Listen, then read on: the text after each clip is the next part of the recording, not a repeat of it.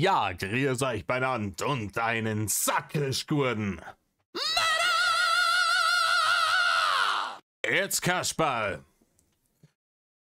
Weiter geht's, Leute. Weiter geht's. Oh, meine Fresse. Ich sag's euch, es ist jetzt, ich habe gestern das nochmal Revue passieren lassen, nachdem ich das aufgenommen habe. Im Übrigen ist natürlich erstmal gelb geworden, habe ich überprüfen lassen müssen. Ich habe jetzt einen Veröffentlichungszeitpunkt festgelegt. Ne? Ob das passt jetzt dann alles. Ich habe das nochmal Revue passieren lassen. Also diese wilden Stories darüber. Ich habe es meiner besseren Hälfte gesagt, so, ey, er hat behauptet, er wäre in Japan gewesen. Die hat sie auch erst einmal nicht mehr gekriegt. Ja.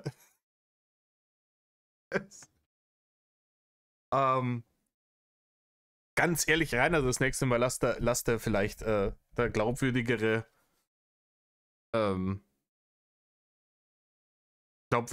Destination einfallen, ne? Dass du sagst, hey, komm, ich war in Gelsenkirchen oder so. Aber hey, ich weiß nicht, gibt's in Groß-Ostheim, da hatte doch Nintendo früher irgendwie seine für Europa die Zentrale. Da können wir auch hinfahren. Ne? Vielleicht geben die ihm auch eine Führung oder so, aber ich weiß nicht, ob es die noch gibt. Oder vielleicht ist das auch bloß ein Büro. Was weiß ich. Wurscht. Wir waren bei 1 Stunde 15. Ich habe jetzt nochmal 4 Sekunden zurückgegangen. Es geht jetzt um seine Spotify-Geschichte. Die Leute können ja, das ist ja großartig, die können ihn bestimmen lassen, was sie hören. Wir kennen das alle noch von früher, hier die Digi-Doggy-Streamen.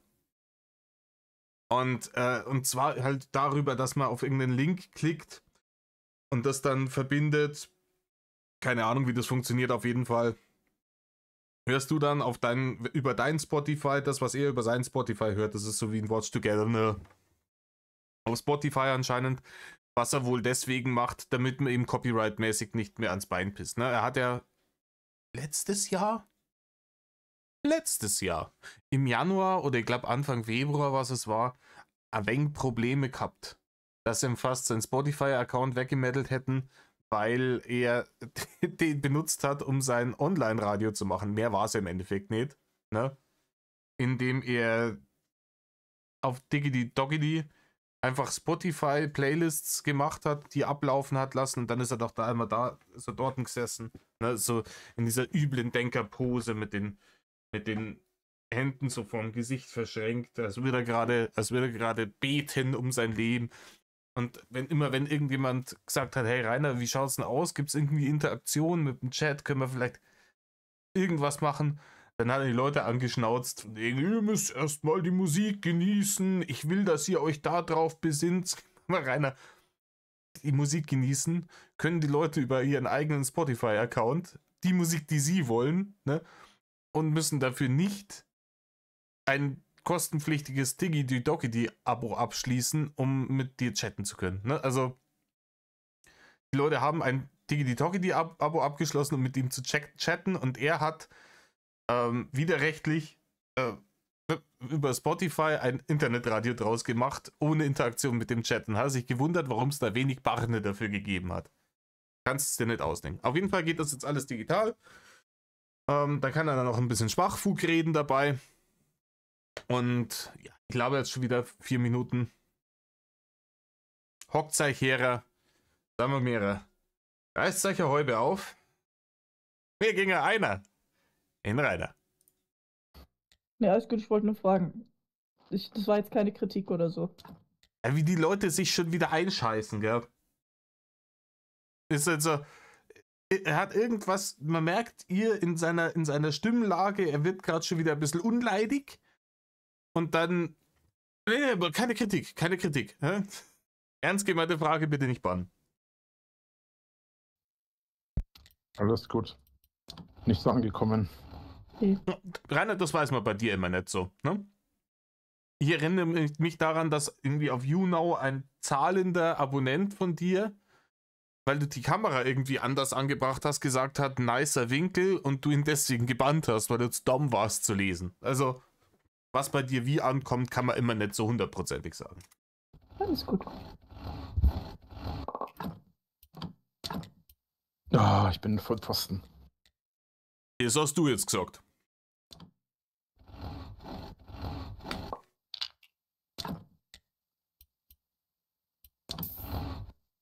Warum liegst du nicht in der Kiste? Oh je. Wie weit sind wir im Video? Noch keine 6 Minuten. Ne, den verkneifen wir jetzt. ihr könnt, denkt ihn euch dazu, ihr kennt mich lange genug. Vielleicht, weil er immer nackt geschlafen hatte.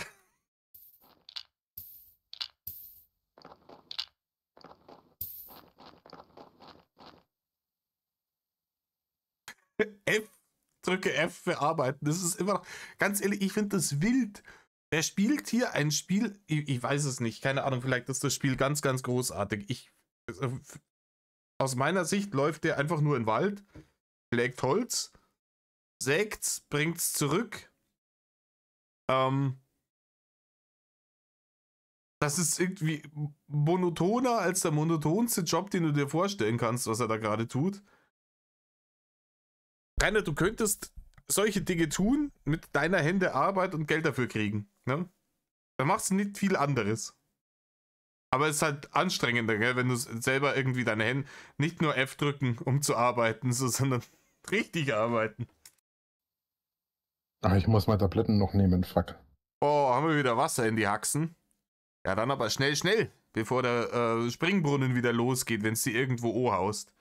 Wahrscheinlich hat er das Monteurszimmer bei Uwe auch schon so komplett ausgekleidet, so mit so Schaumstoffdingern an jeder Ecke und an jeder Kante, damit er sich bloß nicht irgendwo anhauen kann, weil ansonsten steht die ganze Bude irgendwie knöcheltief unter Beinwasser. Nimmst du auch Vitamintabletten? Ja, so kann man es auch sagen, ja. Vitamintabletten.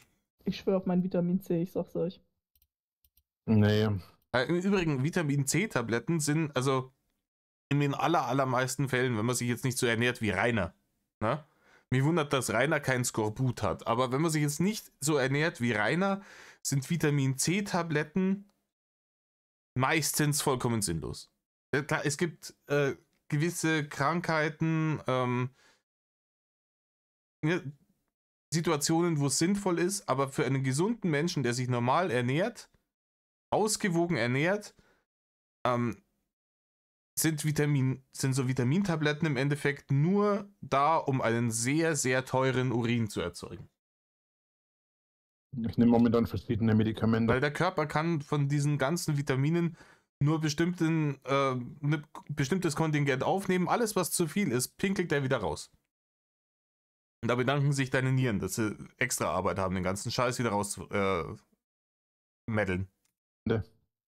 Oh no, alles gut. Ja, Was ich hab ich nehme gesagt? momentan verschiedene Medikamente. Ja, Rainer, ist der Arzt nochmal zurückgekommen und hat gesagt, Winkler war das, oder? Entschuldigung, ich habe Winkelspecht gelesen. Die hat einwandfreie Werte. Sie, Herr Winkler, sind kurz vorm Exitus. Bitte nehmen Sie alles. Ne? Oh no, alles gut. Nein, natürlich nicht. Ja, wird schon. Oh, wird schon werden. Ist ja immer worden. Rainer, ich sag dir jetzt mal was. Typ 2 Diabetes kannst du nicht aussitzen wie die BLM. Wenn du da nichts tust, killt dich das. Ja, deine Spaß.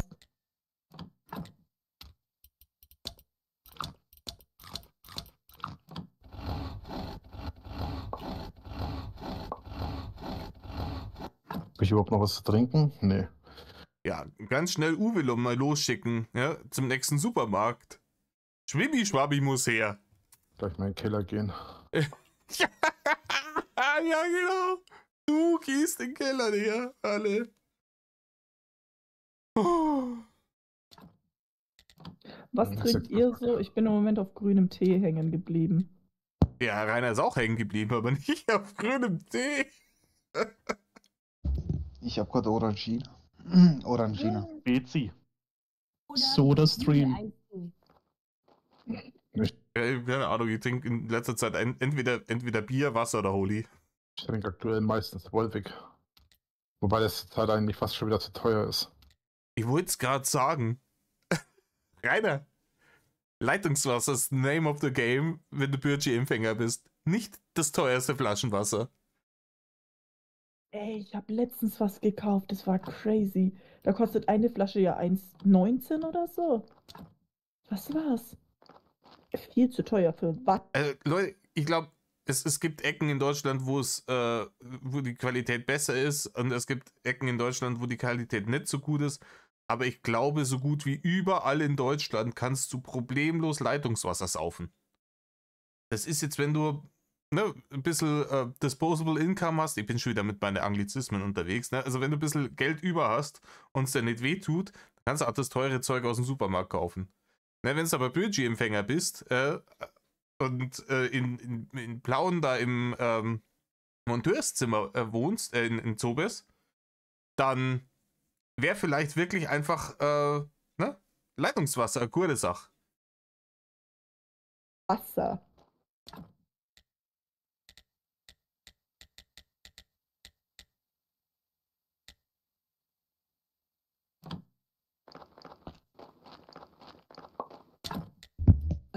Hast du gerade mit mir geredet? Ich war gerade weg. Nee, wir haben über Wasser geredet. Achso.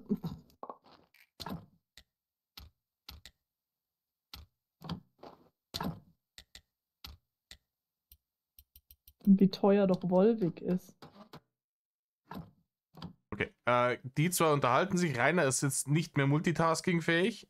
Ich mache wieder die Nummer, wo ich Pause mache und dann auf doppelter Geschwindigkeit durchspule und schauen, wenn es wieder interessant wird. So, wir sind 6, 7 Minuten weiter im Text. Jetzt könnte es hoffentlich interessant werden. Eine von den Ladies in diesem Discord fängt jetzt hier irgendwas an mit Heilsteinen und so. Das halte ich alles für kompletten Humbug. Ne? Der Stein gibt die Energie ans Wasser ab. Wenn's meinst. Aber sie hat jetzt das Wort Fertility, also Fruchtbarkeit, in den Raum geworfen, und da ist natürlich Rainer jetzt wieder hellhörig geworden und gibt seinen Senf dazu ab. Ich habe euch nochmal 2 Sekunden zurückgespult. Gehen wir wieder rein. Moment. Lass mal. Ich kann es vorlesen von der VitaJoule-Seite, wenn ihr wollt. Weil auswendig kenne ich die jetzt nicht und ich habe die Büchchen tatsächlich nicht neben mir liegen. Aber da gibt es zum Beispiel. Machen wir mal hier 1,25 Geschwindigkeit, weil der Alten kannst du beim Reden auch die Schuhe neu besohlen.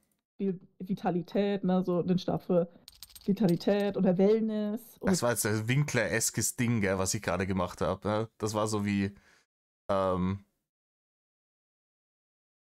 wer anderen eine Grube gräbt, hat eine Taube auf dem Dach oder so. Ja. War Fertility nicht auch was? Also Fruchtbarkeit.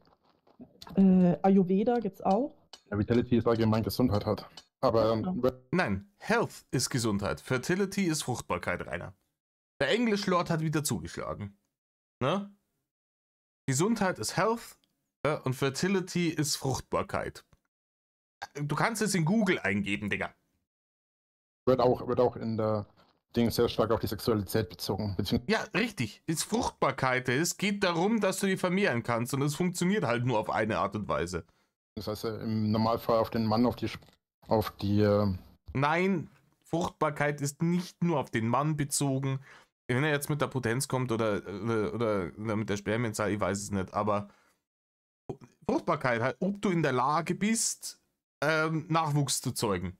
Egal, ob jetzt Mandal oder Weiberl, Rainer. Es ist vollkommen, aber Rainer wird es wahrscheinlich wieder anfangen, irgendeinen dicken Monolog hinzuballern, weil da kennt er sie ja aus. Haben wir gelacht. Potenz des Mannes, aber das ist... Halt dein Maul! Fruchtbarkeit hat mit Potenz nichts zu tun. Ich kann einen grundimpotenten Mann haben, der schon seit 10 Jahren keinen mehr hochgekriegt hat. Rainer, vielleicht kennst du da einen. Und theoretisch, wenn ich mit der Nadel reingehe, immer noch aus dem Beitel, aus den Nüssen noch fortpflanzungsfähiges Material rausholen. Und das dann kann man im Labor befruchten, und du kannst fruchtbar sein und impotent wie ein Oger. Das ist aber Effizienz sowieso im Allgemeinen so als Gesundheit bezeichnet. Ja. Nein, Rainer, das ist alles Bullshit, was du gerade verzapft hast. Das ist wirklich nicht eine dieser Aussagen, die du gerade getroffen hast, stimmt. Alles Bullshit. Komplett aus dem Englischen Vitalität.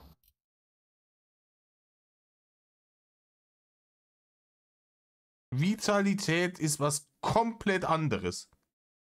Die Frau hat Fertility, Fruchtbarkeit gesagt, nicht Vitality. Und er hat deswegen Vitalität, weil er gerade am Daddeln ist und Vitalität immer ein Stat ist in allen möglichen Games. Mhm. Also Rosenquarz ist für die Liebe oder Romantik war die? Lass mich mal schnell gucken. Ja, Rosenquarz ist vor allem ein riesengroßes Ausbeuterding. Ne? Da verrecken jedes Jahr, ich weiß nicht wie viele Leute dabei, weil die stellenweise als wirklich Kinder noch da in diese Gruben reinschicken, um die Scheiße daraus zu schlagen. Die machen sich komplett kaputt, die haben eine Lebenserwartung von hast du nicht gesehen. Ganz ehrlich, das Zeug, da klebt Blut dran. Vielleicht ist es deswegen rosarot. Courage hier, da kriegst du Mut. Beauty, oh, den muss ich kaufen. Fitness. Ganz ehrlich, das ganze Zeug, da kriege ich richtig Hasslatte. Weil da werden wirklich Leute ausgebeutet für ein absolut nutzloses Produkt, nur damit man es hier überteuert an irgendwelche ESO-Trollers verkaufen kann. Und die haben dann so einen Rosenquarz-Roller, mit dem sie sich durchs Gesicht gehen, weil sie 40 geworden sind und Falten in der Fresse haben. Und dann heißt Mai, danach schaut das Gesicht aus, wie wenn du es frisch gebügelt hättest. Halt dein Maul. Ne? Wir werden alle älter. Ist nicht schön, aber es ist die Wahrheit. Und dann, ja, komm. Ist vielleicht eher ein Thema für ein, was mich sakrisch-narrisch macht. Ne? Das macht mich richtig sakrisch-narrisch, weil da, wie gesagt, die Leute verrecken da einfach. Ne? Falls du Gains machen willst. Wie bitte? Achso, ich habe gesagt, es gibt auch Fitnesskristalle, falls du Gains machen willst. Und was? Pump ich die dann, oder? Ja, so drüben ist der Fitnesskristall, ne? Der wiegt 50 Kilo und muss einfach stemmen. Kannst zwar mit allem anderen auch machen, was 50 Kilo wiegt, dabei. Er kostet 5-fache. Come on. Was sind Gains? Falls du im Fitnessstudio Fortschritte machen willst. Achso, wow, okay. Also wahrscheinlich also so wie ich es verstanden habe, gibt es, glaube ich, Steine für so gut wie alles Mögliche, was man. Ich glaube, wenn die jetzt nicht bald über diesen Esoterik-Steine-Bullshit aufhören zu reden, will ich noch mehr Abonnenten. Ich merke schon wieder, wie ich mich unbeliebt mache. So im Leben erlebt, auch Ja. jede Situation irgendwie so.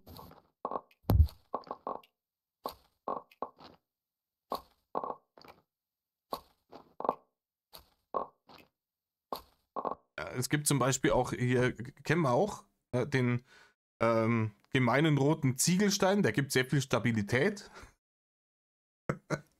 Aber nur in der Masse, wenn du aufeinander stapelst.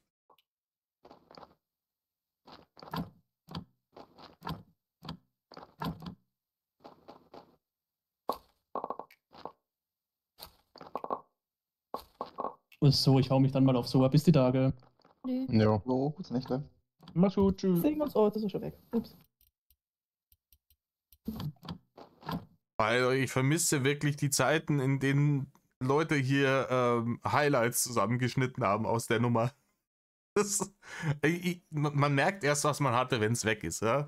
Wo ich angefangen habe mit der ganzen Reaction-Scheiße vor über 3 Jahren, da hast du hier richtig schön, konntest entweder dir den kompletten Stream anschauen oder du hast so einen Highlights-Cut genommen. Und das war halt dann wirklich von Leuten hier rendern, hochladen etc.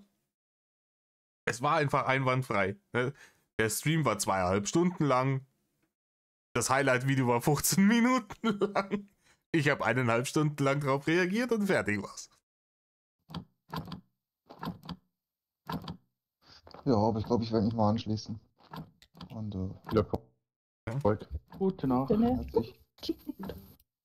Oh, das ist Ist jetzt Reini mit den 2 Mädels alleine, oder was?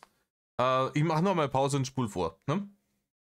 So, ich bin gespannt. Mal schauen, was jetzt passiert. Die Dame hat gerade gefragt, oder sie fragt jetzt, ich habe nochmal zurückgespult, wer jetzt Abend gegessen hat. Ne? Vielleicht lässt Rainer da nochmal eine hanebüchende Story raus. Wir sind jetzt easy Viertelstunde nach dem, wo wir das letzte Mal eingestiegen sind. Ich habe mir jetzt einfach in doppelter Geschwindigkeit diese Scheiße angeschaut. Ihr könnt euch nicht vorstellen, wie fürchterlich dröge das alles ist. Hockst dann da und schaust dir dazu, wie er da rumeimert und dann packt er ein bisschen Holz und dann geht er wieder schlafen, dann muss er Blumen pflücken und die anderen zwei Drullas unterhalten sich währenddessen über irgendwas und dann hat er auch mal kurz erwähnt, dass das ja eigentlich ja gar nicht geplant war, dass hier drin überhaupt geredet wird. Das soll ja eigentlich nur ein Zuschauerraum sein. Richtig spannend, Rainer. Aber schauen wir mal, was er so gegessen hat. Wir kennen ja Rainer. Der Rainer isst ja eigentlich nicht. Ja? Also ich kann mir auch nicht erklären, wie der so fett worden ist. Ja? Der hat in seinem ganzen Leben noch nie einen Bissen gegessen und hat trotzdem eine Vierteltonne auf der Waage. Mir unbegreiflich. Ja? Rainer, das muss wirklich ein medizinisches Phänomen sein. Ein Wunder praktisch. Ist aber dir was ganz Besonderes. Und habt ihr schon Abend gegessen? Wenn ja, was gab es? Noch nichts. Bei mir gab es gebratene Nudeln. Mit Ende und Huhn. Oh, Ja. Lieferando hat wieder gekocht. nice. Wird gemacht. Selbst freilich rein. Lü. Zeigen Sie einen Lilith Train nach Bullshit Town. Ellie. Gebratene Nudeln mit Ente und Hühnchen. Hat er sich selber gemacht. Echt? Sogar die Ente? Naja, schon mit Zusatz halt, ne? Aber ja. Ich hab noch Wie nie... was mit Zusatz? Wie Ente mit Zusatz? Tiefkühle, oder? Es hat sich nichts geändert. Er bestellt beim Chinesen über Lieferando und ganz ehrlich, wissen wir ja in Zobes. Hat er dann erzählt, dass irgendwie das sein Lieblings... oder mit wem war das? Mit der Mary oder mit dem Indigo-Bärchen? Ne? Dass da einen ganz tollen Chinesen in der Nähe gibt. Und jetzt erzählt er, das hat er selber gekocht. Gerade beim Lieferdienst anrufen zählt nicht als selber kochen.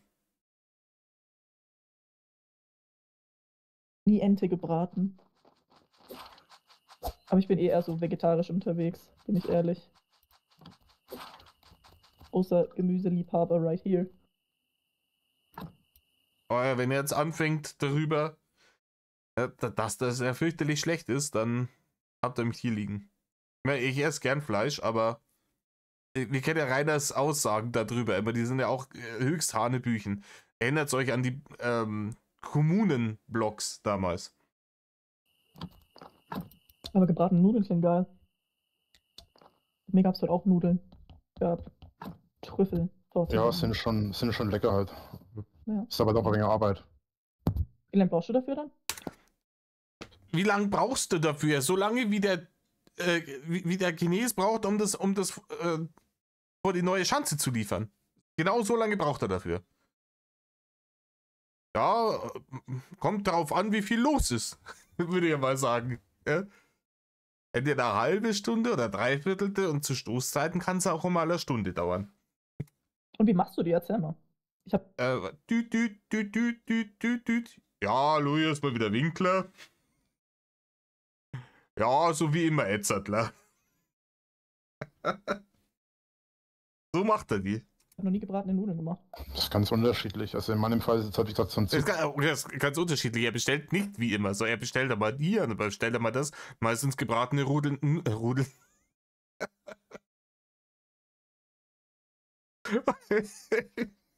Ich bin hier mit der Leichenausbutlerei schon wieder in der Rudi-Schiene gelandet.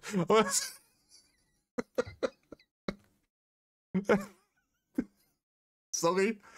Was ist gebratene Nudeln mit Ente? Mal mit Sumpfkuh, keine Ahnung. Das hat mir meine Freundin empfohlen, ne? Rita aus Weiden, eine gute Frau. Zusatz vor allem mit Aroma und ein bisschen kannst du halt vorstellen, im Prinzip wie Hähnchen. Ne? Kommt halt, ist allerdings eher ein Schnitzel als ein Hähnchenschlegel. Okay, also so Ist auch Hähnchenbrust. paniert, ist auch paniert tatsächlich. Wird halt einfach rausgebraten. Okay. Und Alter. Die Ente ist paniert und wird rausgibt. Oh, na, Rainer. Ganz ehrlich, das Einzige, was ich ihm gebe, und das war in dem Fall nicht der Fall, weil ne, so viel Mühe gibt es ja nicht. Selber Nudeln machen, Nudeln braten etc. Was ich ihm gebe, ist, dass er vielleicht gedacht hat, okay, ja, ich bin ein Fuchs. Gebratene Nudeln beim China-Lieferdienst kosten deutlich weniger als gebratene Nudeln mit Ente. Und dann hat er sich von Uwe, weil es im Angebot war, irgendwie vom Lidl die Tiefkühl-Entenbrust geholt, hat die sich in seinen Mini-Ofen geschoben, hat sie dann beim Chinamann die gebratenen Nudeln bestellt und dann das einfach reingeschnitten. Und das dann als Kochen bezeichnet. Das ist mein Tipp, wie das abgelaufen ist. Ja, weil wissen wir ja, als Budgetempfänger muss da ein bisschen auf die Barren erachten. Da ist nimmer hier den Frankengamer für 100 Euro 2 Stunden, 2,5 Stunden zum Subway schicken für 4 Subway-Sandwiches. dann gibt es halt die Nudeln. Das sind so spezielle asiatische Nudeln. Und die werden halt mit ein bisschen Gewürzen und so weiter und ein bisschen Wasser in die Pfanne gehauen, dann werden die angebraten. Weil man halt ja. Wer kennt's nicht? Ja? Womit brätst du Dinge an? Mit Wasser. Klassisch. Willst du mich verarschen? Willst du mich? Niemand brät Dinge mit Wasser an. Rainer, diese Instant-Dinger zählen auch nicht als Kochen. Ja, die du mit Wasser in der Pfanne anrührst und dann das Wasser komplett weglässt und das dann anbrätst. So. Das zählt auch nicht als Kochen. Ne? Rainer, fürs Kochen würde ich mal sagen, musst du irgendein Werkzeug mal in der Hand gehabt haben. Entweder wenn du Süßspeise machst, ist der Schneebesen gewesen oder bei anderen Sachen ist ein Messer. Aber irgendwas wirst du in der Hand gehabt haben. Wenn es als Kochen durchgehen soll. Ne? Das, was du da verzapfst, hat mit Kochen überhaupt nichts zu tun. Wenn es überhaupt stimmt und nicht wirklich tatsächlich aus reiner Faulheit und Bequemlichkeit, weil Monatsanfang ist und gerade frisch das Budgetgeld aufs Konto gespült wurde, dann erst einmal beim Lieferando bestellt für 60 Euro. Das glaube ich nämlich ist eigentlich die wahrscheinlichere Nummer an der ganzen Sache. Ne? Den Männern Bock. Oha, du hast sogar einen Wok richtig Kopf. Ja, freilich. Oh, ja. Ich muss. Jedes Wort, was er sagt, ist Bullshit. Es ist doch unfassbar. In einem Wok. Freilich, da steht er dann da. Mit so einem Wok und schwenkt es so mit der Schürze und so einem Kochhut unten bei Uwe in der Stube. Ne? Uwe hat ja so eine kleine Küche und da steht er da und kocht. Da kocht er auf, der Rainer. Im ganzen Haus duftet es himmlisch. Und zur Nachspeise gibt's eine Creme Brûlée. Halt dein Maul einfach. Professionell, Alter. Naja, klar. Also wenn ich schon asiatisch koche, dann richtig. Ja, Rainer, du kochst gar nicht. Und schon zweimal nicht richtig. Rainer, ich habe deine Kochvideos gesehen. Die ganz alten hier, Wursteintopf. Ich möchte nicht wissen, wie viel er davon weggeschmissen hat. Ganz ehrlich, das hat er hergeschaut wie hergespielt. Ne? Und bis hin zu Brot und Brötchen oder Ende 2021, das war eins der ersten Videos, auf die ich damals reagiert habe, war hier sein Tomate-Mozzarella-Salat, ne? mit Bordelaise-Fischfilet und Wurst. Und nicht irgendeine Wurst, sondern die billigste Wurst. Die so richtig, die zu 90% aus Wasser und Knorpeln besteht. Ja, das Zeug hat er da reingeschnitten. Der große Chefkoch Rainer. Ich koche sehr gerne und nein, furche, ich werde kein Kochvideo hochladen. Ich koche sehr gerne und ja, was er da tut, hat mit Kochen nichts zu tun. Und dann wird es halt, so ist halt kein richtiger Wok, so wo du links und rechts einen Henkel hast, sondern so eine Wokpfanne. Und Also eine mit so einem Stiel. genau, das ist eine richtige Pfanne halt im Prinzip. Aha. Ja, Im Übrigen, die Dinger, die bringen relativ wenig, weil ein Wok, ein richtiger asiatischer Wok, der hat ja nicht diesen Sockel, um es auf eine Herdplatte zu stellen, sondern er ist ja komplett rund und ist auf so einer runden Fläche, ne, wo drunter das Feuer ist. Damit der gleichmäßig überall heiß ist. Diese Woks in Anführungsstrichen sind einfach eine energiemäßig nicht effektive Pfanne.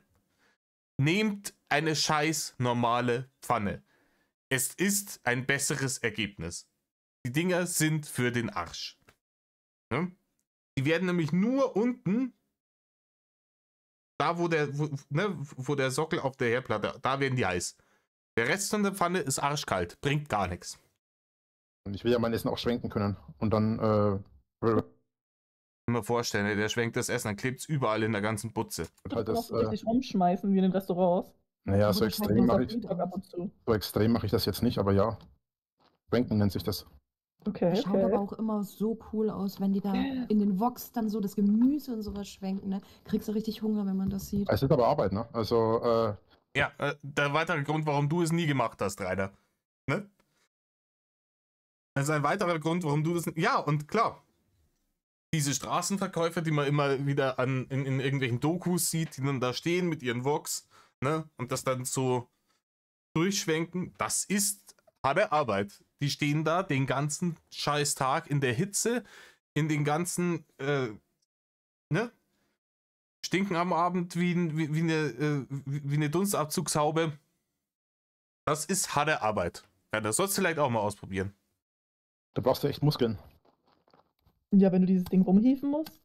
Naja, Also, das ist ist auch nicht, das echt ist nicht groß, witzig. ja. Na, vor allem, das Ding wiegt halt mal locker seine 4 bis 5 Kilo, wenn es voll ist. Weil das Teil selber hat ja auch ein Gewicht. Das ist ja massives Eisen. Also die Aber Teile muss wiegen man, schon. muss, Leute, ich habe so eine schmiedeeiserne Pfanne da. Ja, die nehme immer für Steak her. Bombenteil. Ja, klar, das hat ein Gewicht. Aber du brauchst jetzt da nicht die übermäßigen Kräfte, um mit dem Ding zu kochen. Ja? Also wenn du nicht, sagen wir mal, wenn du nach Hause kommst und der Lauchmelder geht nicht an, dann kannst du easy mit dem Ding kochen. Ich hab Zwetschgenmanschgal mit so einer Pfanne kochen sehen, gar kein Problem. Tut er so, wie wenn er jetzt da irgendwie übermenschliche Kräfte entwickeln würde, um so eine scheiß Pfanne zu schwenken.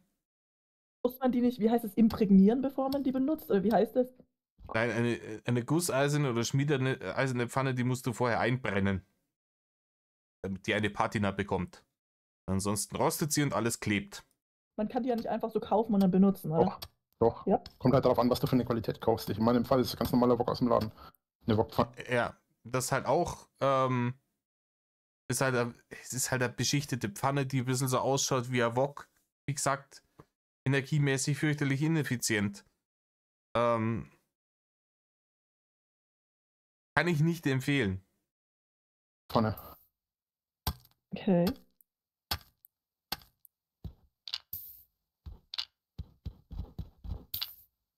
Aber ich glaube, Kilo, das, was du Alter. meinst, das ist immer automatisch doch in den Pfannen drin, glaube ich mal. Hm? Also, Also ich meine jetzt nicht Teflon oder so. Also ach so, die machen da doch, ich weiß nicht, wie das heißt. Ja, imprägnieren? Nee, das macht man mit Schuhen, oder? Ja. Wie gesagt, einbrennen. Wie heißt das denn? Also, ich wüsste jetzt auch Imprägnieren nicht. ist dann richtig, aber das wird normalerweise, es kommt halt darauf an, was du kaufst. Hat der gerade gesagt, imprägnieren ist schon richtig? Ich wüsste jetzt auch Imprägnieren nicht. ist dann richtig, aber Imprägnieren ist schon richtig. Also Leute, wisst ihr Bescheid, wenn ihr euch eine neue schmiedeeiserne oder gusseiserne Pfanne gekauft habt, ne, dann geht's erst einmal zu eurem Schuhschrank, holt euch das Imprägnierspray raus und dann rein damit. Und dann könnt ihr auch gleich direkt... Bitte, Leute.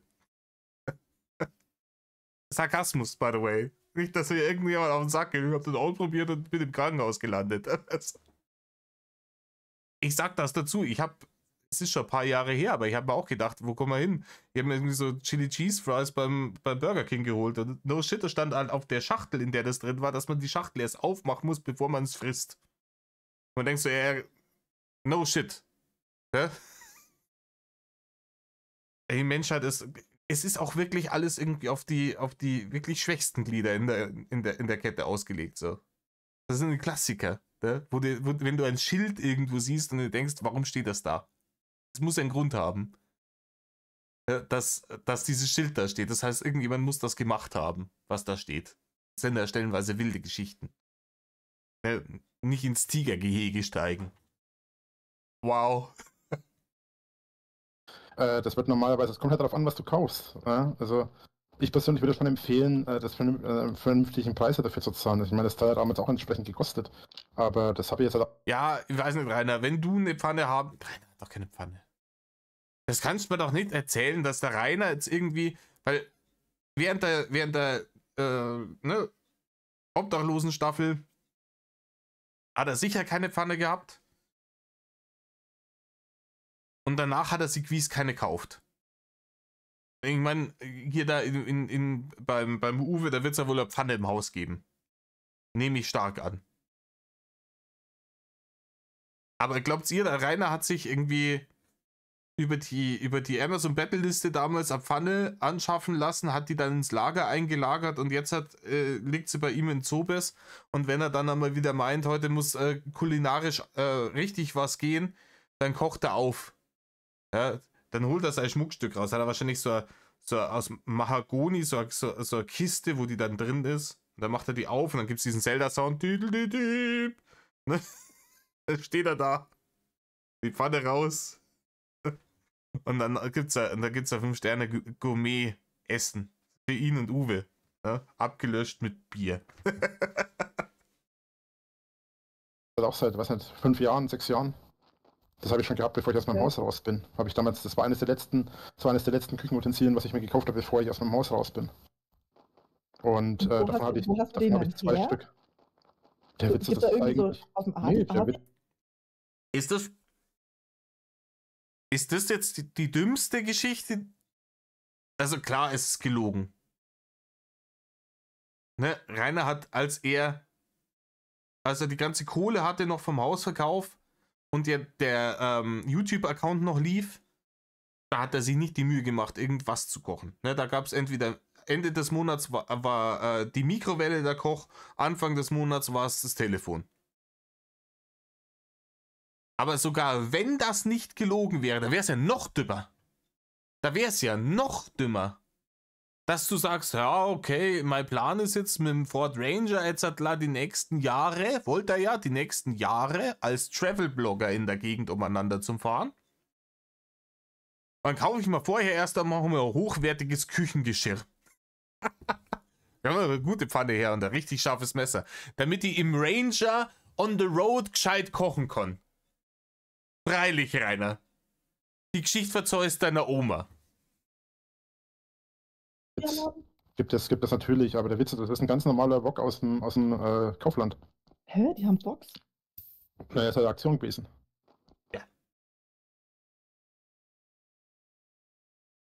Ja, ganz hochwertiges Ding, da musst du schon ein bisschen Geld in die Hand nehmen, ha? Da darfst du kein Pfennigfuchser nicht sein. Das ist ein ganz professioneller Wok, den ich da hab. Den habe ich beim Kaufland im Angebot gekauft. Freilich, Rainer! Halt doch dein Maul, ganz ehrlich.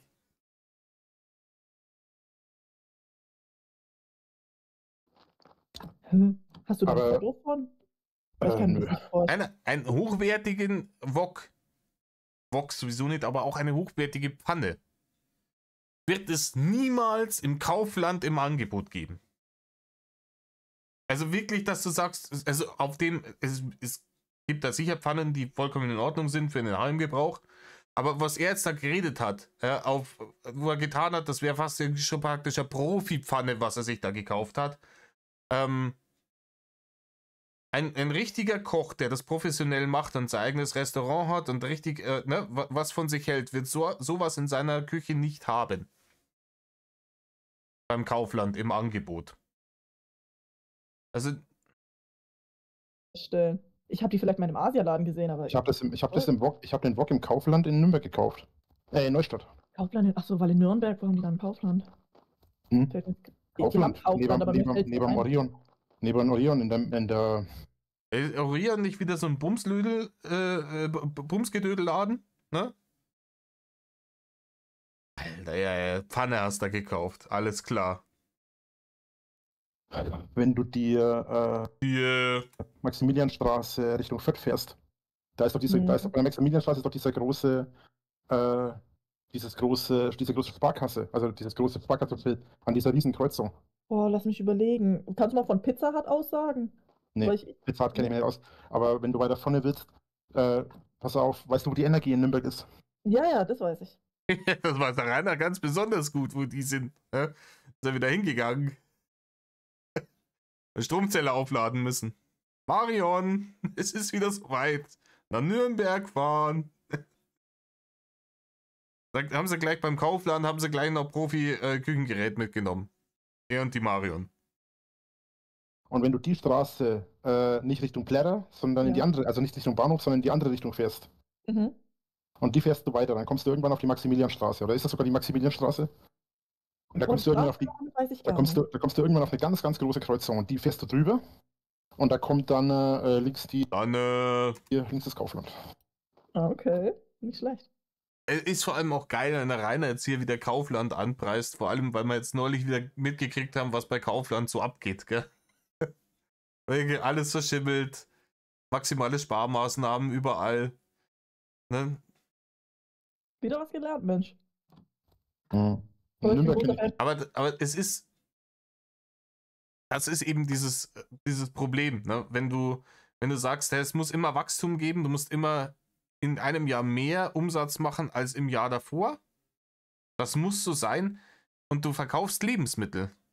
Ja, irgendwann in dem Umkreis, wo dein Geschäft ist, irgendwann können die Leute nicht mehr fressen. Es geht einfach nicht. Dann kannst du den Umsatz nur noch steigern, indem du entweder die Waren teurer machst, das passiert auch, aber wenn du es zu sehr machst, ist scheiße, weil dann kommen die Leute ja nimmer und kaufen bei dir. Dann ist es wieder schlecht, dann geht der Umsatz wieder runter. Also machst du die Waren moderat ein bisschen teurer und tust ein bisschen weniger in die Packung, das ist der eine Punkt. Da musst du vorsichtig sein, aber du kannst ja wunderbar sparen bei Sachen wie Personal oder Energie. Drehen wir doch den Kühlschrank einfach ein bisschen runter, das passt schon. Dann stellen wir halt einfach irgendwelche Leute ein, die sich nicht auskennen hier im Land, die Sprache nicht sprechen und die ihre Rechte nicht kennen. Die brauchen wir dann auch keinen Mindestlohn nicht zahlen. Aber da kriegt dann auch keine hochqualitative Arbeitskraft. Und dann gammelt dir irgendwann der ganze Puff unterm Arsch weg und dann große, oh nein, unsere hohen Qualitätsstandards. Halt ein Maul. Ne? Halt einfach dein scheiß Maul. Ne? Man hat versucht, mit Ausbeutung und Kundenverarsche den maximalen Kapitalismus zu fahren und ist halt aufgeflogen dafür. Ja, wie gesagt, es gibt halt einfach auch Autofirmen. Irgendwann kannst du einfach nicht mehr Autos verkaufen auf der Welt. Irgendwann ist der Markt gesättigt. Und um dann noch mehr und mehr Umsatz zu machen, muss dann an anderen Ecken sparen. Und da leiden dann alle drunter. Außer dem Typen natürlich, der dann oben die ganze Kohle einkassiert und seine ganzen Investoren. Die lachen sich in den Arsch. Von Globus. Forchheim hat einen Globus mit den 1 Euro, wie heißt Leberkäse weg? Die Leberkäse. Lohnt sich. Lohnt sich. Ich sag's euch. Aber ich so ein Globus habe.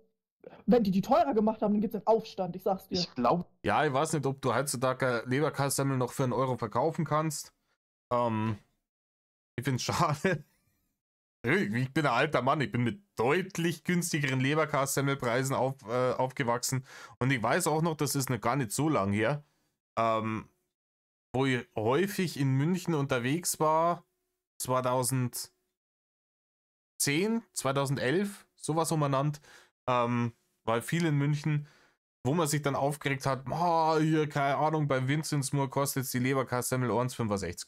Da war Polen offen. Heutzutage kriegst du eine Leberkassemmel unter 2,50 nirgendwo mehr und wenn, dann solltest du, weiß nicht, ist ein Risikokauf, gell? Das ist wieder beim Kaufland-Thema.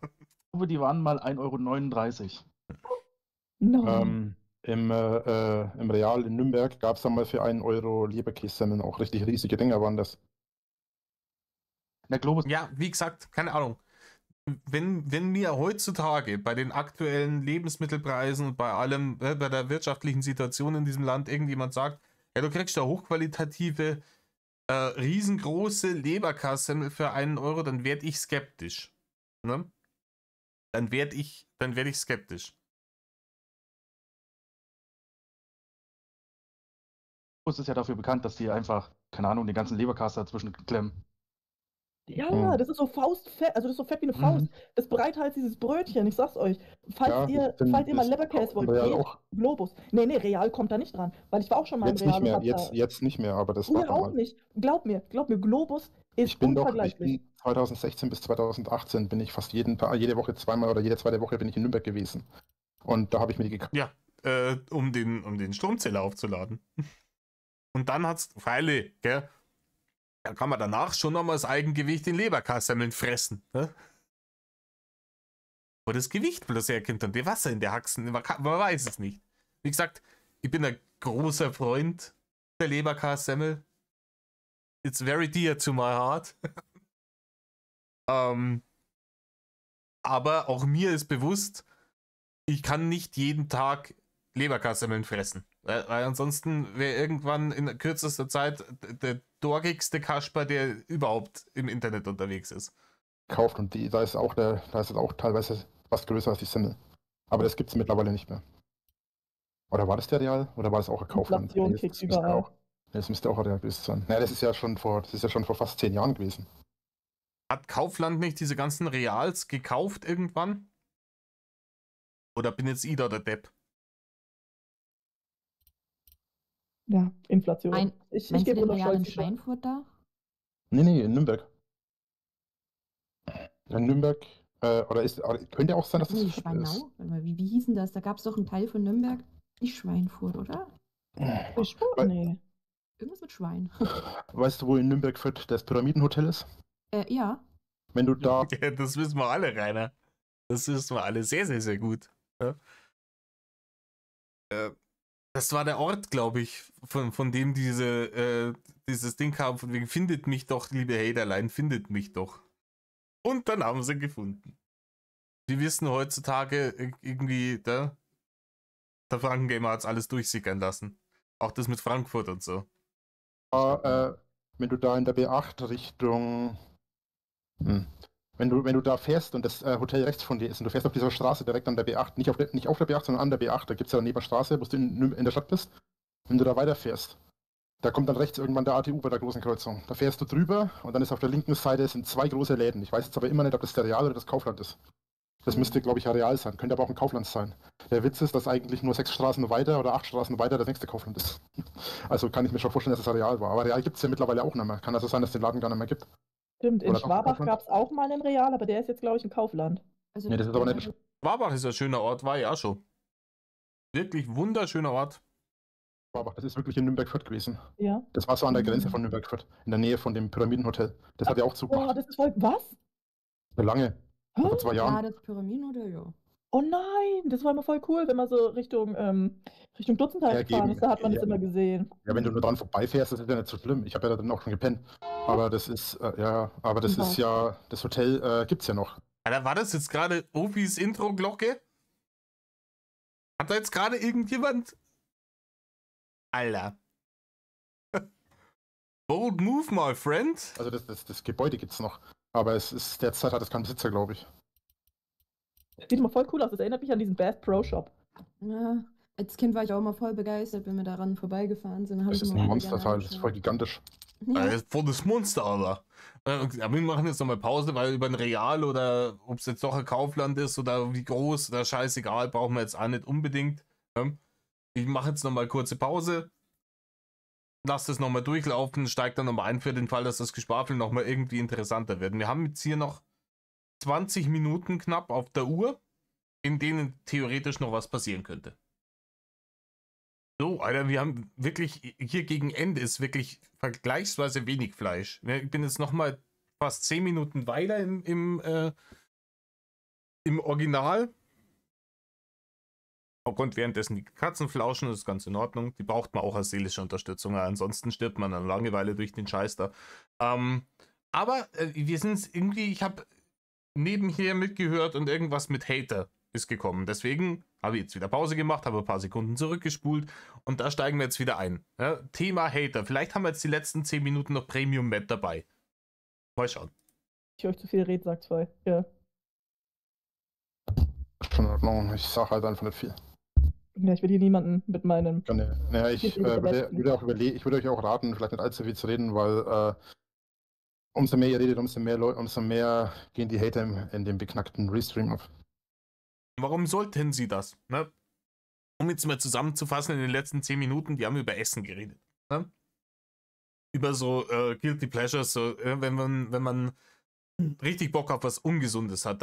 Die eine hat gemeint, es gibt irgendwie so einen Bacon-Schnitzel-Burger irgendwo in der Gegend um Nürnberg rum, der anscheinend ziemlich geil ist. Rainer meinte, es gibt auch irgendwie Bacon Mushrooms in irgendeinem 50s-Diner da in der Gegend.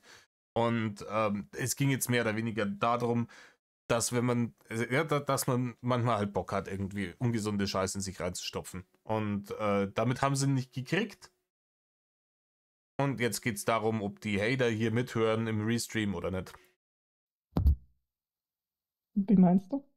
Ja, es restreamt irgendjemand hier. Hä? Was? Es gibt einen Stream Ja, auf Twitch, es gibt einen Twitch-Stream und einen Restream von dem Twitch-Stream von dem, was wir hier machen. Hä, aber warum schaut man sich das an? Also, wie wir jetzt. Weil die Leute aus meiner Vergangenheit immer noch glauben, dass ich noch immer derselbe bin und weil sie in ihrer Wahnvorstellung davon sind, auf der einen Seite sagen sie, ich soll. Ja, Rainer, also mit Wahnvorstellungen kennst du dich aus, ne? Weil die Leute aus deiner Vergangenheit glauben, dass du immer noch derselbe bist.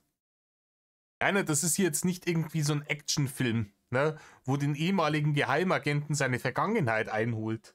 Ja, er hat gemeint, er wäre ausgestiegen. Er hat ein ganz normales bürgerliches Leben geführt, eine Frau geheiratet, Kinder gekriegt. Aber dann holt ihn seine Vergangenheit ein. Nein, Rainer, nein, das ist nicht der Fall.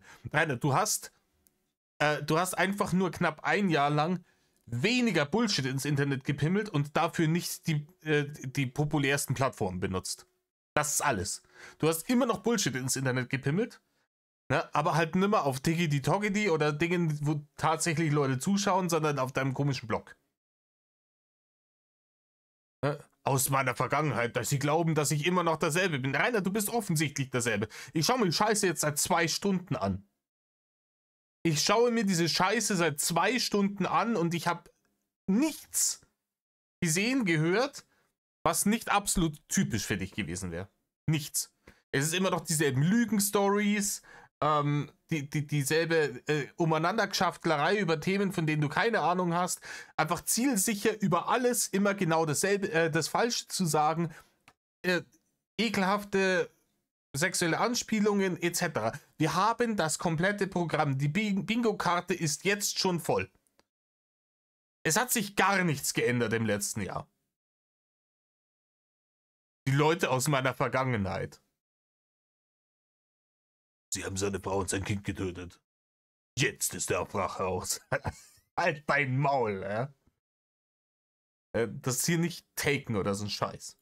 Mich aus dem Internet raushalten, dann bin ich ein Jahr lang weg und die machen trotzdem den gleichen Terror noch wie immer. Auch in ja, Rainer, nein, du warst eben nicht ein Jahr weg. Du warst immer noch da. Nur schwieriger zu finden. Und aus dem Internet raushalten war nicht zeitlich begrenzt. Du hast gesagt, ich komme nicht mehr wieder. Und jetzt kommen wir nicht mit Drachenlord kommt nicht mehr wieder. Ich bin Rainer Winkler, ist eine neue Sache. Rainer, das war schon immer synonym miteinander. Es ging nicht um die angebliche Kunstfigur Drachenlord. Du kannst das alles nennen, wie du lustig bist. Ja? Da sind wir jetzt wieder bei dem anderen Thema. Ich kann einen gemischten Salat auch Bowl nennen, aber deswegen ist es trotzdem noch ein gemischter Salat. In dem Fall gibt es Leute, die dumm genug sind, auf einmal den doppelten Preis dafür zu bezahlen oder den dreifachen. Aber dir kauft niemand diese Scheiße ab. Ob du jetzt da Rainer Winkler, Drachenlord oder was weiß ich, wieder der nächste ist Rayman. Scheißegal. Ja? Es war und es wird immer du sein. Ja? Diese Kunstfigur Drachenlord, die du angeblich erschaffen hast, die gab es nie. Das war immer deine eigene Ekelhaftigkeit. Dementsprechend hat sich gar nichts verändert. Gar nichts. In der Zeit, wo ich weg bin, ja, und weil es einfach meinen, wie gesagt, Thema Vergangenheit. Warst du nicht voll lang weg? Ein Jahr war. Nein, war nicht. Und nein, Rainer, du warst nicht ein Jahr weg. Rainer, du warst nicht ein Jahr weg. Was war August, glaube ich? Ende August war der Block. Korrigiert mich, wenn ich Scheiße labere. Ich glaube, der letzte Kommunenblock war Ende August. Die Jungs das sagen, ich habe immer noch nicht diesen Block fertig, aber das wird wahrscheinlich auch nicht mehr werden. Ne? Das ist ja jetzt auch schon ganz altes Eisen. Aber, und dann kam das nächste, wurde entdeckt, dein komisches Profil da, wo du deine fragwürdigen Geschichten wieder geschrieben hast, das war im Januar. Und angefangen hast das wahrscheinlich im Dezember, also sagen wir mal September, Oktober, November, gehen wir denn ins Dezember, dann das längste, was du am Stück weg warst, was ich dir gebe, mit beiden Augen zugedrückt, sind 4 Monate. Ne? Also das ist nix, das ist ein bisschen mehr, wie wenn du eine Salmonellenvergiftung gehabt hättest. Geh mal weiter, ich war ein Jahr lang weg, ein Scheißdreck warst du weg. War ich weg. Und was heißt war? Ich bin immer noch weg. Das, was ich jetzt mache, das hat nichts damit zu tun. Und wenn die Leute mich. Und es gibt. Es hat nichts. Wo hat es denn nichts damit zu tun? Rainer, wo hat es nichts damit zu tun? Es bist immer noch du und du streamst bocklangweilige Dreckspiele im Internet und lügst die Leute an, bist am gescheit Haarfallen die ganze Zeit und belästigst Frauen. Ist doch immer die gleiche Scheiße. Wo hat denn das nichts mit. Ja. Shoyoka, gell? Hat alles nichts mit nichts zu tun. Ja? Es gibt Tausende und Abertausende von Hatern, die mich zurückhaben wollen. Und ich sage euch hier an der Stelle noch einmal, wenn ihr nicht aufhört mit eurem Kindergarten, dann werde ich wieder alles löschen. Dann mache ich das auf einer ganz anderen Ebene. Ja. Oh, ganz sicher. Rainer, ist klar. Das hatten wir in der Vergangenheit. Rainer, wir haben das alles schon durch. Ist das hier Shutter Island? Wo sie, ne? Wo sie diese Simulation immer wieder durchspielen, Spoiler-Alarm, ich habe jetzt noch nicht noch nicht zu hart gespoilert, aber wo das, ist das jetzt so ein Ding? Es ist immer wieder dieselbe Scheiße. Täglich grüßt das Murmeltier, besser. Er fängt an wieder mit der Scheiße, er kriegt den Backlash, dann gibt er sich kämpferisch, irgendwann hat er die Fresse dick, dann gibt es einen Meltdown, dann wird alles gelöscht. Dann kühlt er runter ein paar Tage, ein paar Wochen, ein paar Monate im besten Fall. Und dann ist wieder Discord da und dann ist wieder irgendwas anderes im Internet rein. Du kannst es nicht bleiben lassen. Du kannst es einfach nicht bleiben lassen.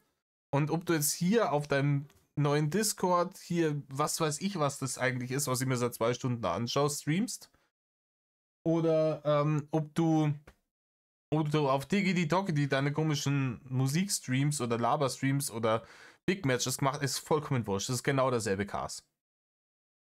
Und es hat nichts damit zu tun, du hättest dich angeblich aus dem Internet zurückgezogen. Hast du nicht. Hast du nie. Ist mir dann auch egal. Weil ich bin nicht der, wer ich bin. Und Drachenlord existiert nicht mehr. Ihr wolltet mich besiegt haben, ihr habt mich besiegt, ich bin weg. Tschüss. Und jetzt hört auf mit eurem Kindergarten. Nö, Rainer, solange du noch da bist, sind wir auch noch da. Und Rainer, wir werden auch noch da sein, wenn du nicht mehr da bist. Ne? Mit wem redest du da? Mit allen.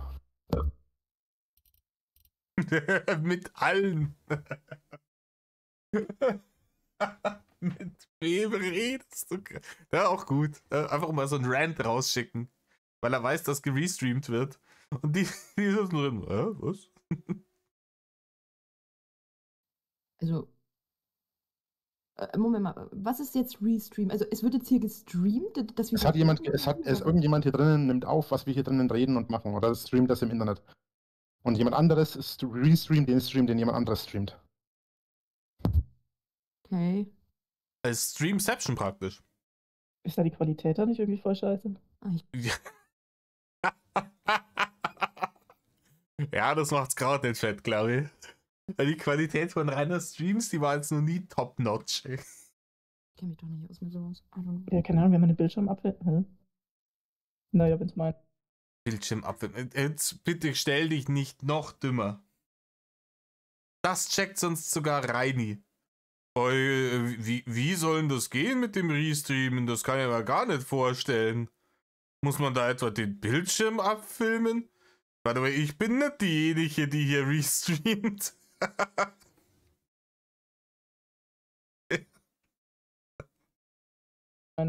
Und Klonter, der gute Martin, sollte mal ein bisschen aufpassen, ne? Mit seinem Kindergarten, den er abzieht, sage ich gerade auch nochmal für alle, die auch gerade im Stream zuschauen. Der liebe Martin, ich habe deine Daten. Wenn du das nicht aufhörst, irgendeinen Blödsinn über mich zu erzählen, dann werde ich mal eine Anzeige gegen dich machen. Was? Ja, Rainer, ich würde auch vorsichtig sein hier mit Echtnamen und sowas, ne? Kann ganz schnell als Doxing gelten und dann kann der gute Klonter hier nämlich gleich nochmal eine Anzeige reinmeddeln. Ne? Irgendwann musst du zu dieser Verhandlung gehen. Die wird dann verlegt und nochmal verlegt und irgendwann kommen die her, zerren dich an deinen Hammelbeinen zum nächstbesten Amtsarzt und der sagt, der Herr Winkler ist eindeutig prozessfähig und dann sitzt du da drin. Aber bis dahin kannst du ja noch ein paar Sachen leisten. Wie gesagt, als ob das jetzt hier schon unter Doxing zählt, ob das schon problematisch ist, sollten Anwälte beurteilen. Ich nehme an, dass wahrscheinlich Klonter da mit seinem Anwalt schon gesprochen hat. Vielleicht können sie das auch an diese Geschichte, wo du ihm damals eine gewisse Vorlieben vorgeworfen hast, sagen wir es mal so. Vielleicht kann man das einfach dran tackern. Ja, dann wird es einfach noch eine dickere Akte. Was ich sowieso noch vorhabe. Und die Anzeige, die ich gemacht habe, weil du mein Lager beklaut oder wenn du mich beklaut hast, die läuft auch noch. Ja, Rainer, die Anzeige, die Klonter gemacht hat, weil du im Internet mehrfach behauptet hast, ihr wisst schon was, viel. Die läuft auch noch, Rainer. Die läuft auch noch, weil du mal wieder, Rainer, der immer sagt, ja, ich stehe mein Mann und wenn irgendwas ist, ne? Alles Horse-Shit. Klonter zeigt ihn an wegen Verleumdung. Dann ist endlich dieser Scheißtermin. Oh, mir geht's ja gar nicht gut. Ich habe gestern gebratene Nudeln gegessen, aber die waren, glaube ich, nicht mehr ganz fresh.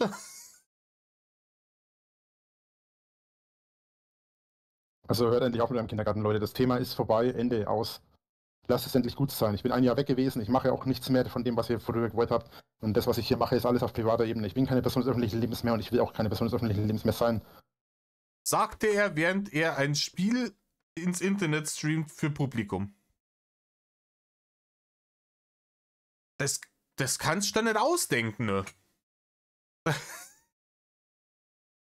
Also lasst es bleiben. Ich verdiene keine Kohle mehr damit, ich mache nichts mehr, also lasst es. Punkt. So, und jetzt. Rainer, ob du damit Kohle verdienst oder nicht, ist eigentlich relativ wurscht.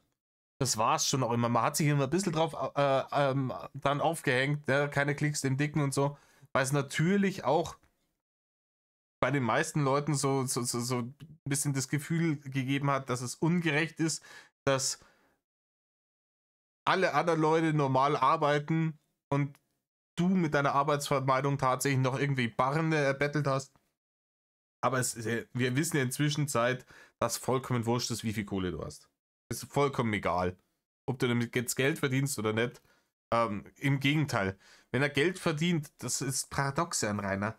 Wenn Rainer mit seiner Scheiße Geld verdient hat, hat es immer dazu geführt, dass sein Schuldenberg größer geworden ist, weil er nie Steuern gezahlt hat. Er hat nie Steuern gezahlt, er hat nie Versicherung gezahlt, er hat alles, was er gekriegt hat, irgendwie YouTube, YouNow, Doggy, ist netto in den Schlund gegangen. Das hat er alles, ne, wie der Blob aus dem All, der alles an sich aufnimmt. Es wird nichts mehr hergegeben. Das ist also, wenn Rainer damit kein Geld verdient, ist es besser für Rainer, als würde er Geld damit verdienen. Weil das Geld wird verbrannt und dann kommen wieder Forderungen. So kriegt er Bürgi-Geld, ist versichert, ihm kann keiner was, weil er eine Grundsicherung hat und drunter darf es dann nicht kommen. Also da können sie da auch nichts mehr pfänden. Ist alles Gucci für ihn. Für Rainer ist tatsächlich schlimmer, wenn er Geld verdient. Es ist halt natürlich Lohnarbeit, wo so Sachen wie Steuern und ne, Krankenversicherung und sowas vorher automatisch abgezogen werden und du nur noch netto auf dein Konto kriegst. Themawechsel. Ja, aber wie gesagt, Lohnarbeit. Haben wir gelacht wieder. Okay, sorry, ich bin jetzt gerade ein bisschen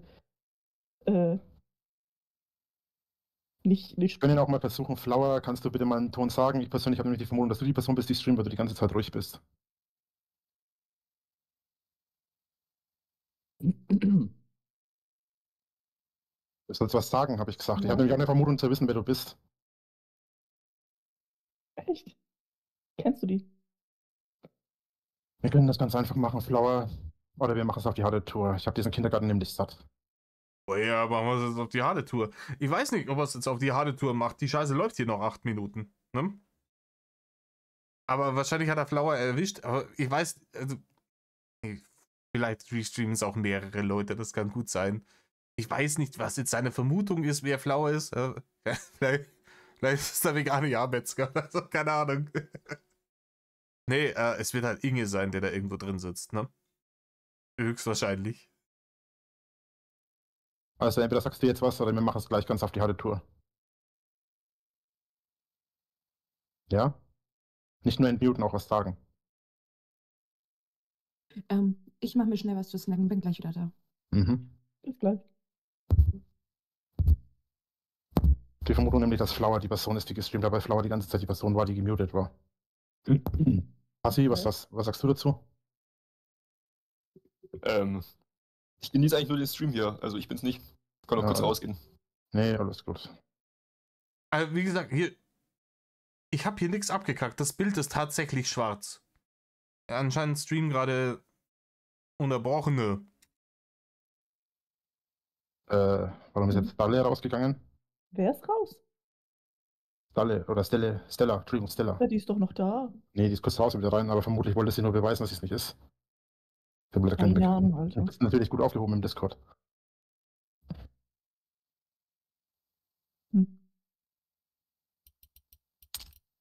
Als ob die das einfach Also, okay, ist offensichtlich erwischt worden. Jetzt wird hier ein bisschen umdekoriert. streamen. Mhm. Da muss ich aufpassen, was ich sage, um Gottes Willen.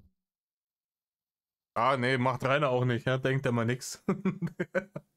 Ich glaube, du kannst wenig sagen, was die Leute danach noch im Gedächtnis haben. Weil genau aus diesem Grund mache ich den Discord immer kleiner und kleiner. Ja.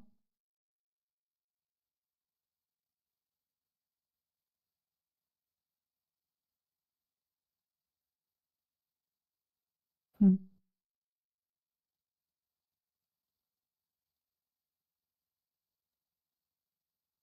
Ja, was ist jetzt, Rainer?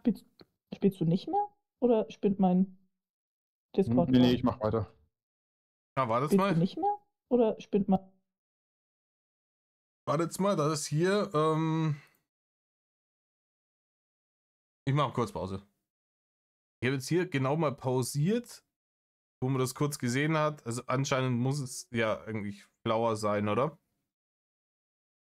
Weil das die einzige Person ist, die man jetzt hier nicht sieht bei den Teilnehmenden im Stream. Ne? Ich mach weiter. Vorwärts immer, rückwärts nimmer. Rainer macht weiter.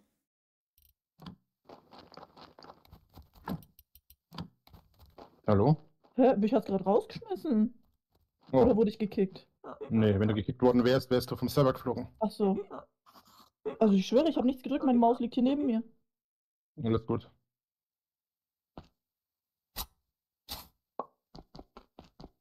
So, das war's mit meinen Free-Leichen. Moment, jetzt muss ich den Stream wieder aufmachen. Das ist der Satz, der nicht oft gesagt wurde in der Geschichte der Menschheit. Vielleicht vom Kannibalen von Rothenburg oder so. Ja, vielleicht war es auch mein WLAN. Bei mir steht, dass deins noch pausiert ist. Gerade habe ich rausgetappt, Ach so, ups. weil ich was überlege, was ich als nächstes mache. Ja, überlegen. Ich tapp auch, wenn ich überlege in einem Game, tapp ich auch immer raus. Ne? Ich überlege dann immer, wo im Guide das steht, was mir jetzt gerade weiterhilft. Rainer, es ist auch keine Schande, viele Leute benutzen Guides, gib's halt einfach zu. Das ist zu tun, als würde er. Warum sollte ich denn, wenn ich überlege, raustappen? Ich kann auch einfach Escape gehen und hier das Spiel an sich pausieren, wenn es hier darum geht, dass hier Zeit vergeht, während der spielt und die nicht vergehen soll. Ja, da musst du ja nicht raustappen. Raustappen musst du nur, wenn du, so wie Rainer, wahrscheinlich keinen zweiten Bildschirm mehr hast und im Guide nachschaust, was du als nächstes zu tun hast. Mhm. Und wie gesagt, hey, kein Guide-Shaming. Ich benutze selber Guides beim Zocken ab und zu. Ungern, aber ne? Macht man halt manchmal. Ist überhaupt kein Ding. Aber sich dann hinsetzen und sagen, oh, ich bin jetzt ein Profispieler, oh, ich kann das blind alles super spielen und schaut's mir an auf Anhieb. Bullshit, Rainer. Du bist unterdurchschnittlich intelligent. Und wenn das durchschnittlich intelligente Leute nicht so hinbekommen, dann kriegst du das auch nicht so hin. Weil, was war das, Deponia damals? Da hat er sich ja da hat er mehr oder weniger die Gronk Let's Plays, was Deponia? Die Gronk Let's Plays einfach 1:1 kopiert. Die hat er sich so oft angeschaut, dass er die praktisch schon mitsprechen konnte und dann hat er selber gestreamt und hat es mehr oder weniger genauso gemacht. Es ist kreativ, Rainer. Wundert mich echt, dass du damals nicht deinen Durchbruch als großer Gaming-Streamer bekommen hast, den du dir so gewünscht hast. Ne? Weil das ja immer so ist. Die Leute gehen dann immer zu der schlechteren Kopie von dem, was sie schon kennen. Ne? Das einfach genau dasselbe macht, nur in Arsch. Dann denken sie sich, hey, warum soll ich mir einen Grank anschauen? Ich kann mir auch einen Reini anschauen.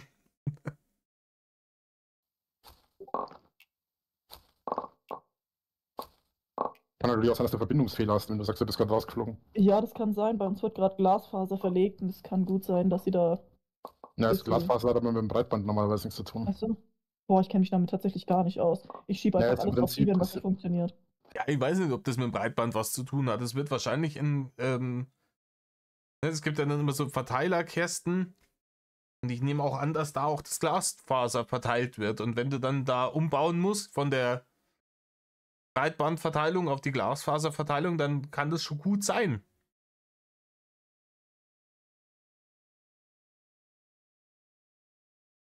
Aber hier im Chat ist Flower mit am Start, aber ich weiß jetzt nicht, ob der Chat ist, glaube ich, schon länger her, oder?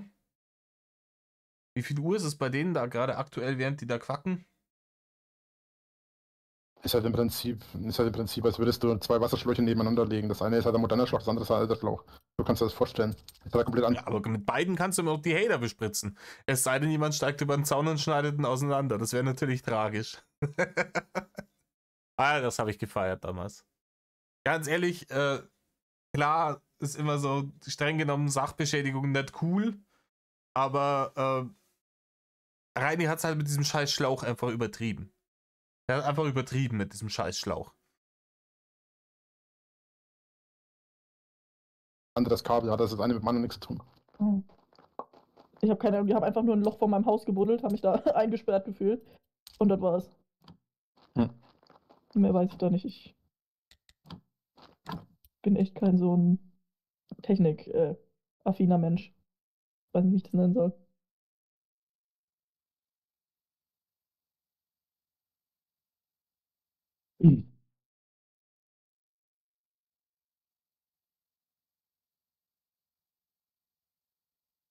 Ja, Reini?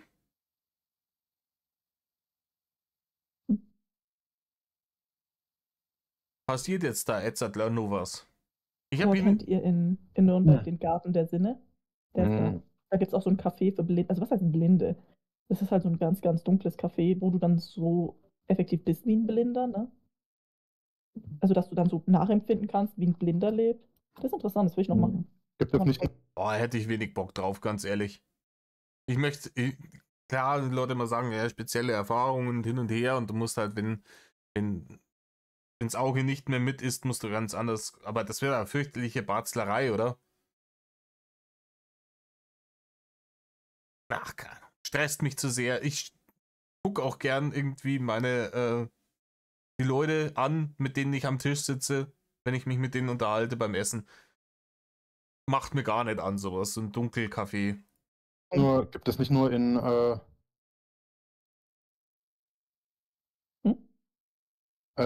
gibt nicht nur im Es gibt nicht nur immer. Gibt es nicht nur im Ding. Im Ding! Ach so! Ja, wenn's Ding ist, dann wundert's mich nicht, dass du so lange gebraucht hast, um das Wort zu finden, Rainer. Gibt es nicht nur in Nürnberg. Gibt's nur in Nürnberg. Alter, wie kommt man... Die reden die ganze Zeit über Nürnberg. Das gibt's nicht nur immer... Also, das gibt's jetzt nicht nur es gibt's nicht nur immer Ding. Also immer Nürnberg. Im Nürnberg gibt's das nicht. Weit verbreitet mittlerweile. Ich fand, das war so eine süße Idee. Fand ich ganz nett. So, ich bin wieder da. Und was wurde sich Schönes geholt? Ihr kennt doch bestimmt diese Tuck-Kekse, ne? Da habe ich dann Also ein Keks ist ein Cracker. Frischkäse drauf gemacht und eine Gurke und das snack ich jetzt so. Sehr Ziemlich geil. lecker. Ja, so ein kleiner Snack halt. Snacky. Ein Snack muss sein, genau wie Spaßgetränke. Oha. Wie Spaßgetränke, also praktisch reißt euch eine halbe auf, aber reißt euch jetzt keine halbe mehr auf. Ja, es sei denn, ihr wollt euch reißt euch meinetwegen auch eine halbe auf, aber nicht, wenn ihr heute noch was habt, weil das Video ist gleich vorbei. Ja. Ich bin rausgeflogen. Ist mir Der gerade Discord, auch der passiert. Discord spinnt anscheinend gerade. Ja, der Discord spinnt. Rainer tappt aus dem Game und auf einmal fliegen die Leute raus. Dann spinnt der Discord. Folgendes passiert gerade. Rainer guckt nebenher den Restream. 100 Pro. Und jetzt schmeißt er einen nach dem anderen von den Leuten kurz mal aus diesem Raum raus. Und bei dem, wo der Restream aufhört, den hat er dann, das ist dann der Restreamer. Deswegen, ich bin auf einmal rausgeflogen. Ich auch. Können aber wieder rein, weil die Mädels, die will er ja nicht vergraulen. Ne? Die will er ja nicht vergraulen, weil die könnte er theoretisch noch belästigen, wenn das keine Haterinnen sind. Also wenn die nicht diejenigen sind, die hergehen und den Stream restreamen, dann will er bei denen sich das nicht versauen. Deswegen tut er jetzt so, schiebt die kurz irgendwo aus dem Raum raus, aber so, dass sie wieder rein können. Und wenn bei einem von denen dann der Restream abkackt, dann weiß er's.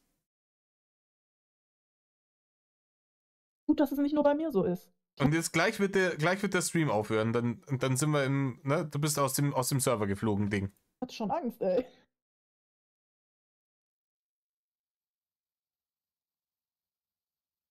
Wir bleiben live dabei. Ne? Es ist spannender als die Papstwahl. HB muss Hater. HB muss Restreamer. Da steigt der weiße Rauch steigt aus Rainers Ohren aus. Vor Wut.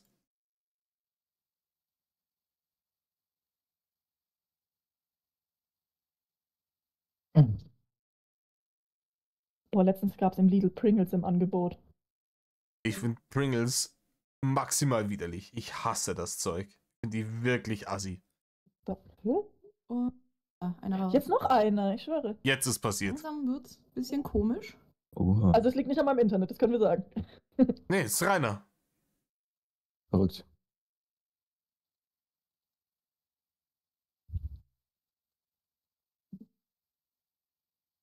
Test.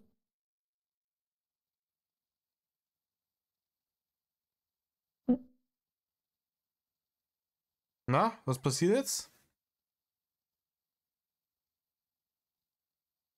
Ist schon komisch, dass die alle gleichzeitig Internetprobleme haben. So einer nach dem anderen. Oder auch nicht. Ma, Ah, jetzt halt. Ja? ma, Nee, das hat nur Stream. ewig geladen bei mir so. Jetzt. gerade alles. Aber wirklich. Und was ist das? Also ich habe vorhin gesagt, es liegt bei mir wahrscheinlich am Internet, aber... So, dann wissen wir jetzt, wer es war. Jetzt das. Ne? Hab ich's gesagt? Hab ich's gesagt? Dann wissen wir jetzt, wer es war. Er hat jetzt einen nach dem anderen einfach rausgeschmissen aus der Nummer. Bis er rausgefunden hat. Und wie immer war es wahrscheinlich die letzte Person, die er rausgeschmissen hat, die es dann tatsächlich war. Ah, okay. Wunderbar. Leute, dann haben wir das auch erledigt. Ich werde euch den, falls es den noch gibt, hier den 4. Podcast auch noch machen in Bälde. Dürft euch darauf freuen. Ich hoffe, das hat euch heute auch unterhalten. Wir waren uns wieder 1 Stunde 20 hier in der Nummer drin. Das passt. Das ist ungefähr so lang wie bei dem ersten Teil von diesem Video. Haben wir genau an der richtigen Stelle Pausen gemacht. Freunde, ich hoffe, ich konnte euch ein wenig unterhalten. Tut nicht, was Rainer tut. Medal of